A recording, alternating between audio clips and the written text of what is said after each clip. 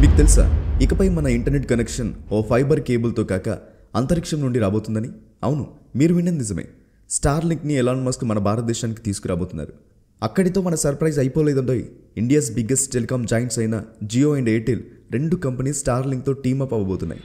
అయితే ఇప్పుడు అందరి మనసులో దాగి ఉన్న క్వశ్చన్ ఏంటంటే, ఈ స్టార్లింక్ శాటిలైట్ ఇంటర్నెట్ నిజంగానే ఇండియాలో కనెక్టివిటీ రెవల్యూషన్ని క్రియేట్ చేస్తుందా, లేదా ఇది వాళ్ళ ఎక్స్పెన్సివ్ ఇంటర్నెట్ ప్యాకేజ్ గేమ్లో మరో ఓవర్ హైపింగ్ స్ట్రాటజీ మాత్రమేనా?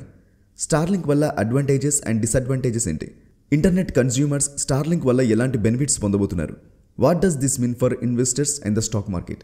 ఇక ఇలాంటి మరెన్నో ఇంట్రెస్టింగ్ క్వశ్చన్స్కు ఆన్సర్స్ తెలియాలి అంటే ఈ వీడియోని లాస్ట్ దాకా చూడండి. Hello friends, welcome to our channel. Starlink ఈ మధ్య బాగా వినిపిస్తున్నమాట. శాటిలైట్ ద్వారా ఇంటర్నెట్ కనెక్షన్ ప్రజలకు అందించాలి అని ఎలాన్ మస్క్ చేసిన ఓ ఆలోచన ఇప్పుడు సంచలనంగా మారింది. మన దేశంలో అడుగుపెట్టబోతున్న ఈ స్టార్లింక్తో టీమప్ అవ్వడం కోసం జియో అండ్ ఎయిర్టెల్ ఎందుకని పోటీ పడుతున్నాయి? ఈ డీల్ వల్ల ఉండే ఫైనాన్షియల్ ఇంపాక్ట్ అనేది తెలియాలంటే అసలు మనకి స్టార్లింక్ అంటే ఏంటో డీటెయిల్గా తెలియాలి. స్టార్లింక్ పెద్ద పెద్ద పేరు మోసిన సిటీల దగ్గర నుండి మారుమూల పల్లెటూర్ల దాకా ఈ భూమిపై ఎక్కడున్నా సరే హై స్పీడ్ ఇంటర్నెట్ అందించాలి అని ఎలాన్ మస్క్ యొక్క స్పేస్ కంపెనీ అయిన స్పేస్ ఎక్స్ ఓ నెక్స్ట్ జనరేషన్ శాటిలైట్ ఇంటర్నెట్ సర్వీస్ని లాంచ్ చేసింది. ఆ శాటిలైట్ నెట్వర్క్ పేరే స్టార్లింక్. అయితే ఈ శాటిలైట్ ఎలా పనిచేస్తుంది? Underground cables and cell టవర్స్పై ఆధారపడే మామూలు బ్రాడ్బ్యాండ్ లాగా కాకుండా స్టార్లింక్ తన కన్స్యూమర్స్కి డైరెక్ట్ ఇంటర్నెట్ బీమ్ అందించడానికి లో ఎర్త్ ఆర్బిట్ లియోని యూజ్ చేస్తుంది. అదెలా అంటే, first SpaceX thousands of small శాటిలైట్స్ని భూమి నుండి దాదాపు 550 కిలోమీటర్ల డిస్టెన్స్లో ఉన్న లో ఎర్త్ ఆర్బిట్లో లాంచ్ చేస్తుంది. నార్మల్గా కమ్యూనికేషన్ శాటిలైట్స్ అన్నీ 35,000 కిలోమీటర్ డిస్టెన్స్లో ఉండే ఆర్బిట్లో ఉంటాయి. వాటితో పోలిస్తే ఈ శాటిలైట్స్ భూమికి చాలా దగ్గరగా ఉంటాయి. తర్వాత ఈ శాటిలైట్స్ అన్నీ ఓ మ్యాసివ్ కాన్స్టలేషన్ని భూమి చుట్టూ ఫామ్ చేసి కంటిన్యూస్గా ప్లానెట్ చుట్టూ తిరుగుతూ గ్లోబల్ నెట్వర్క్ ఆఫ్ ఇంటర్నెట్ కవరేజ్ని అబ్జర్వ్ చేస్తూ ఉంటాయి. ఇప్పుడు యూజర్స్ ఎవరైతే ఉన్నారో వాళ్ళంతా ఎలాంటి కేబుల్స్ అండ్ వైర్స్ లేకుండా వాళ్ళ ప్లేస్లో ఓ పిజ్జా బాక్స్ సైజులో ఓ స్టార్లింక్ డిష్ యాంటీనాని సెటప్ చేస్తే చాలు. ఆ డిష్ శాటిలైట్ నుండి వచ్చే సిగ్నల్స్ని క్యాప్చర్ చేస్తుంది. ఈ సిగ్నల్ గ్రౌండ్ స్టేషన్స్ ద్వారా ఎన్రూట్ అయి ఇంటర్నెట్ ఇన్ఫ్రాస్ట్రక్చర్కి తిరిగి లింకప్ అవుతాయి. సో కన్స్యూమర్స్ సీమ్లెస్ కనెక్టివిటీని ఎక్స్పీరియన్స్ చేస్తారు. స్టార్లింక్ ఇప్పటికే యూఎస్ఏ, కెనడా, ఆస్ట్రేలియా, యూరోప్ ఇంకా సౌత్ అమెరికాలోని కొన్ని ప్రాంతాల్లో సహా 60కి పైగా కంట్రీస్లో వర్క్ అవుతుంది. దీనికి ప్రపంచవ్యాప్తంగా 2 మిలియన్కి పైగా సబ్స్క్రైబర్స్ ఉన్నారు. అయితే రెగ్యులేటరీ హర్డల్స్ వల్ల ఇండియాలో స్టార్లింక్ లాంచ్ కాస్త లేట్ అయింది. ఫైనల్లీ ఇప్పుడు జియో అండ్ ఎయిర్టెల్ పార్ట్నర్షిప్ వల్ల స్టార్లింక్ ఇండియాకి పరిచయం అవ్వబోతుంది. Rural areas, remote places, mountainous regions, deserts ఇంకా బార్డర్స్ ఎలాంటి ప్లేసెస్లో అయినా స్టార్లింక్ నెట్వర్క్ అందుతుంది. ఫ్లడ్స్, ఎర్త్క్వేక్స్ ఆర్ సైక్లోన్స్ లాంటి టైమ్స్లో కూడా ఈ నెట్వర్క్ వర్క్ అవుతుంది. ఇవన్నీ అడ్వాంటేజెస్ అయితే major disadvantages of the Starlink is nothing but the price. Broadbands సాధారణంగా 399 నుండి మహా అయితే 1000 లోపే ఉంటుంది.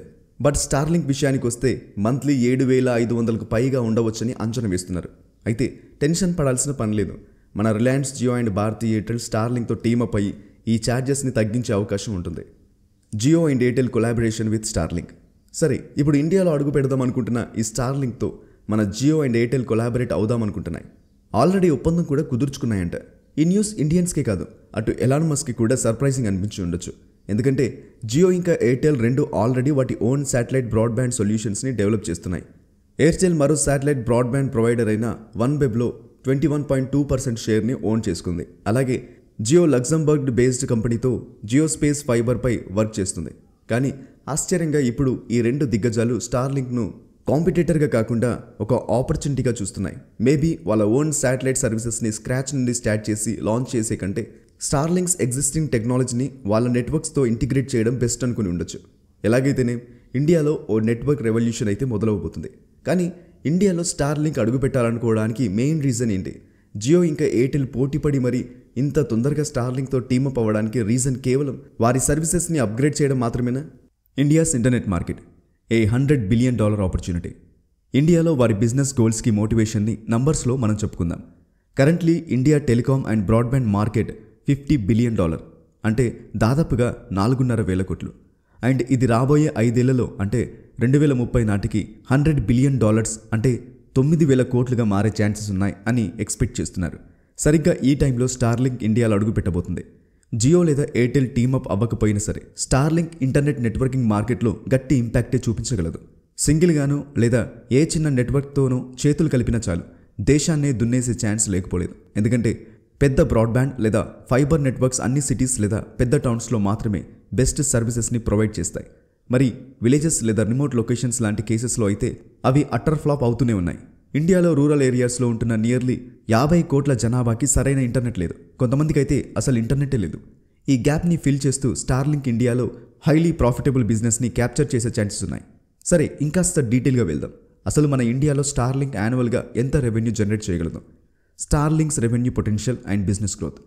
ఫస్ట్, స్టార్లింక్ని ఇన్స్టాల్ చేయడానికి ఓ స్టార్లింక్ ఇన్స్టాలేషన్ కిట్ తీసుకోవాలి, which includes a satellite dish, router and installation kit. And ఇండియాలో దాని ఎస్టిమేటెడ్ ప్రైస్ 50,000 నుంచి 75,000 వరకు ఉండొచ్చు. స్టాండర్డ్ యూజర్స్కి మంత్లీ సబ్స్క్రిప్షన్ ఫీజు 7,500 నుంచి 10,000 పర్ మంత్ ఉండే ఛాన్సెస్ ఉన్నాయి. బిజినెసెస్ అండ్ ఎంటర్ప్రైజెస్ లాంటి వాటికి మరో ప్యాకేజ్ ఉంటుంది. It will be around 1 lakh plus per month. ఇక ప్రీమియం స్టార్లింక్ బిజినెస్ ప్లాన్స్ అయితే ఇంకా ఎక్కువ ఉంటాయి. అండ్ యావరేజ్గా ఇండియాలో ఓ 20 నుంచి 30 లక్షల యూజర్స్ స్టార్లింక్కి సబ్స్క్రైబ్ అయినట్లయితే కనీసం 18,000 కోట్ల నుండి 36,000 కోట్లు ఈజీగా స్టార్లింక్ సొంతమవుతాయి. అవి కాక హార్డ్వేర్ సేల్స్ నుండి ఓ 50,000 కోట్ల పైన రావచ్చు. ప్రస్తుతం ఎయిర్టెల్ అండ్ జియో కలిపి ఇండియాలో 50,000 కోట్ల నెట్వర్క్ బిజినెస్ చేస్తున్నారు. ఒక స్టార్లింక్ వచ్చిందంటే ఈ నంబర్ పడిపోయే ఛాన్సెసే ఎక్కువగా ఉన్నాయి. 2030 నాటికి స్టార్లింక్ 10 మిలియన్ సబ్స్క్రైబర్స్ని సొంతం చేసుకుంటుందని అంచనా వేస్తున్నారు. అదే గనక నిజమైతే 1 lakh crore plus revenue business కేవలం ఇండియా ద్వారానే స్టార్లింక్ సొంతం చేసుకుంటుంది. Jio and Airtel business strategy with Starlink. ఇప్పుడు అసలు మ్యాటర్కి వస్తే, జియో ఇంకా ఎయిర్టెల్ రెండు కూడా స్టార్లింక్తో అగ్రిమెంట్స్ చేసుకున్నాయి, కానీ ఆ రెండు కంపెనీస్కి డిఫరెంట్ బిజినెస్ స్ట్రాటజీస్ ఉన్నాయి. రిలయన్స్ జియోస్ స్ట్రాటజీ. జియో తన ఎగ్జిస్టింగ్ నెట్వర్క్ సర్వీసెస్తో ఈ స్టార్లింక్ సర్వీసెస్ని బండిల్ చేసి తన కస్టమర్స్కి ఓ అఫోర్డబుల్ ప్రైస్కి ఈ స్టార్లింక్ నెట్వర్క్ని పరిచయం చేద్దామని అనుకుంటుంది. రిలయన్స్ సీమ్లెస్ ఇంటిగ్రేషన్ని ఎన్ష్యూర్ చేస్తూ ఇప్పటికే శాటిలైట్ అండ్ 5G ఇన్ఫ్రాస్ట్రక్చర్పై హెవీగా ఇన్వెస్ట్ చేస్తుంది. జియో యొక్క ఈ అగ్రెసివ్ ప్రైస్ స్ట్రాటజీ స్టార్లింక్కి మాస్ మార్కెట్ని అందిస్తుందేమో, కానీ ప్రీమియం ప్యాకేజెస్ని మాత్రం సెల్ చేయలేకపోవచ్చు. ఎయిర్టెల్స్ స్ట్రాటజీ. ఎయిర్టెల్ ముఖ్యంగా ఎంటర్ప్రైజ్ సొల్యూషన్స్పై దృష్టి పెడుతుంది. Corporates, defence and remote industries like oil and gas, maritime and aviation ఇలాంటి వాటిని టార్గెట్ చేస్తుంది. ఆల్రెడీ వన్వెబ్ అనే ఓన్ శాటిలైట్ కంపెనీ ఉన్న భారతీ ఎయిర్టెల్ తన కాంపిటేటర్ స్టార్లింక్కి హై మార్జిన్ బిజినెస్ కస్టమర్స్ని ఇస్తూ తన స్నేహాన్ని చాటే ప్రయత్నం చేస్తుంది. Stock market and investment opportunities. Okay, ఇప్పుడు మనము దేనిపై ఇన్వెస్ట్ చేస్తే బెటరో తెలుసుకుందాం. Reliance industries. జియో స్టార్లింక్తో కుదుర్చుకున్న డీల్ కారణంగా జియో తన బ్రాడ్బ్యాండ్ సబ్స్క్రైబర్ బేస్ పెరుగుతుంది కనుక జియో రెవెన్యూస్ బూస్ట్ అయ్యే ఛాన్సెస్ ఎక్కువగా ఉన్నాయి. స్టాక్ అనలిస్ట్స్ కూడా ఇదే చెప్తున్నారు. శాటిలైట్ బ్రాడ్బ్యాండ్ ఎక్స్పాన్షన్ వల్ల రాబోయే 12 monthsలో రిలయన్స్ యొక్క స్టాక్ 15 to 20% పెరిగే ఛాన్సెస్ ఉంటాయని ప్రెడిక్ట్ చేస్తున్నారు. భారతీ ఎయిర్టెల్. ఎయిర్టెల్కి ఉన్న వన్వెబ్ పార్ట్నర్షిప్తో పాటు స్టార్లింక్ కొలాబరేషన్ వల్ల శాటిలైట్ ఇంటర్నెట్ గేమ్లో ఎయిర్టెల్ ఓ కీ ప్లేయర్గా మారబోతుంది. అలాగే లాభాల బాటలో ఎయిర్టెల్ నడవబోతుందని క్లియర్గా తెలుస్తుంది.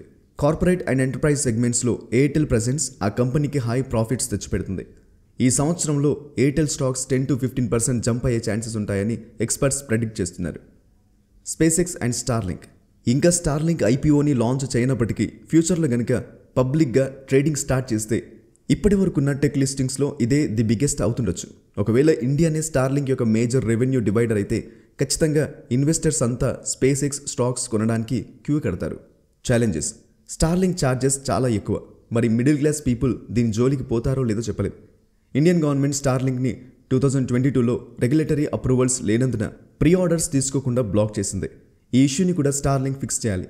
ఇండియాస్ డిపార్ట్మెంట్ ఆఫ్ టెలికమ్యూనికేషన్స్ నుండి Starlink global mobile personal communication by satellite లైసెన్స్ని తీసుకోవాలి. వన్స్ ఈ అప్రూవల్స్ అన్నీ అక్వైర్ చేశాక స్టార్లింక్ తన ఆపరేషన్స్ని ఇండియాలో స్టార్ట్ చేయొచ్చు. సో ఇది ఇవాల్టి వీడియో. మీకేమనిపిస్తుంది? నిజంగానే స్టార్లింక్ ఇండియా యొక్క ఇంటర్నెట్ ఇండస్ట్రీని చేంజ్ చేస్తుందా, లేదా ఈ ఇండస్ట్రీలో మళ్ళీ మనం జియో ఇంకా ఎయిర్టెల్ డామినెన్స్ని చూడబోతున్నామా? మీ ఒపీనియన్ని కామెంట్స్లో చెప్పడం మర్చిపోకండి. ఈ వీడియో మీకు నచ్చితే ఓ లైక్ చేయండి, షేర్ చేయండి. ఇంకా ఇలాంటి కంటెంట్ కోసం ఛానల్ని సబ్స్క్రైబ్ చేసి బెల్ ఐకాన్ని క్లిక్ చేయడం అస్సలు మర్చిపోకండి.